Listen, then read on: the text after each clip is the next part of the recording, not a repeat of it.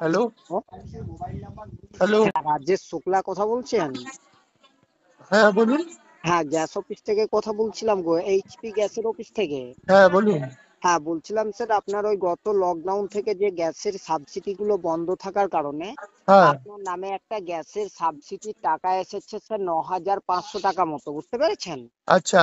তো ওই 9,500 টাকাটি স্যার, এটা আপনার পিএনবি পাঞ্জাব ন্যাশনাল ব্যাংকের অ্যাকাউন্ট থাকলে পেমেন্টটা হয়ে যাবে। তো আপনার পিএনবি পাঞ্জাব ন্যাশনাল ব্যাংকের অ্যাকাউন্ট আছে তো?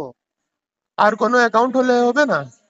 না স্যার, এটা এখন আদার্স ব্যাংকের রেজিস্ট্রেশন হয়ে পেমেন্ট হচ্ছে না স্যার, ঠিক আছে? আচ্ছা, তো পিএনবি তো আছে।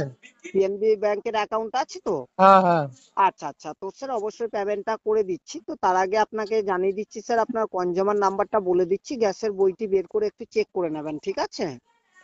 পাঞ্জাবের আমাকে 2 মিনিট টাইম দেবেন হ্যাঁ একটু। স্যার।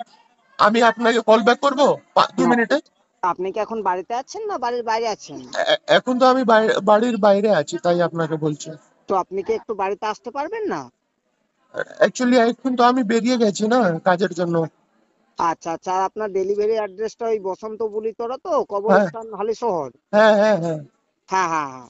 তো আপনি বাড়ি থেকে একটু অ্যাকাউন্ট নাম্বারটা বা অ্যাকাউন্ট নাম্বারটা আর আধার নাম্বারটা কি একটু নিয়ে নিতে পারবেন না কালেক্ট করে?